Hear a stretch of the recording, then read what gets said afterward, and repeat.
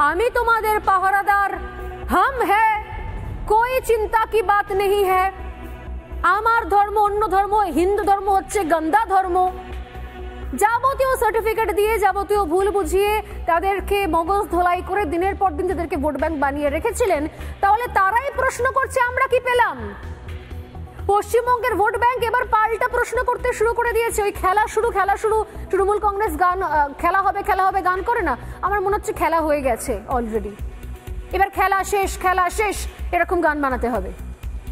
কারণ তৃণমূল কংগ্রেস যে সংখ্যালঘুদের নিয়ে ছিনিমিনি খেলেছে, তাদেরকে বোকা বানিয়েছে, তাদেরকে ভোট ব্যাংক দুধেল গাইয়ের মতোই ব্যবহার করেছে, এবং ব্যবহার করার পর আর তাদের যে আসল দাবি দেওয়াগুলো ছিল সেগুলো পূরণ করেননি।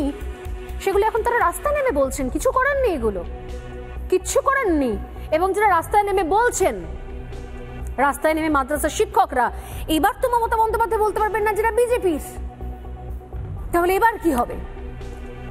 নতুন রাজ্য সভাপতি হয়েছেন শ্রমিক ভট্টাচার্য। নতুন রাজ্য সভাপতি হওয়ার পর এক্সক্লুসিভলি তার সঙ্গে কথা বলেছিলাম এই সংখ্যালঘু ইস্যুতে।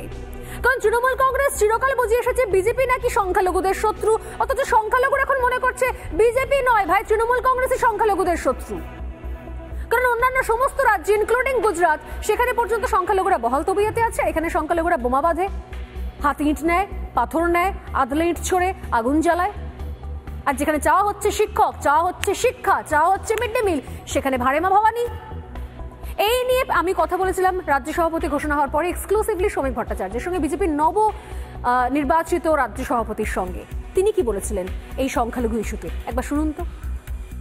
যে পশ্চিমবঙ্গে সবচেয়ে বেশি সংখ্যালঘু মারা যাচ্ছে, যারা সংখ্যালঘু বিরোধী বিজেপি বলে প্রচার করেন, এবং সংখ্যালঘুদের মধ্যে আমাদের পেনিট্রেশন কম।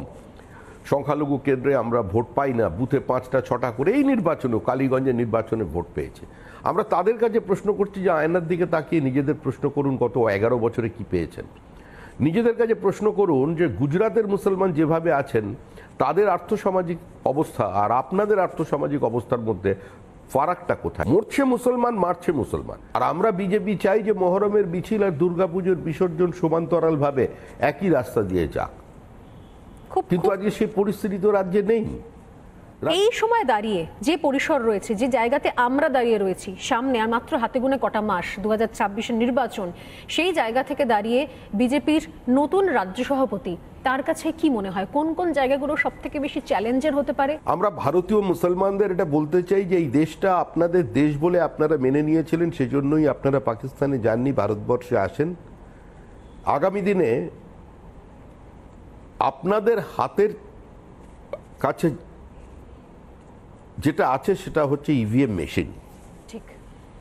আপনি ভোট দেওয়ার আগে একবার চিন্তা করবেন যে আপনাদের ভবিষ্যৎ প্রজন্মের হাতে কি পাথর থাকবে না বই থাকবে? আপনাদের ছেলে মেয়েদের হাতে কি তরোয়াল থাকবে না পেন থাকবে? আপনাদের গ্রামগুলো সংঘর্ষমুক্ত থাকবে, এই বার্তা থাকবে।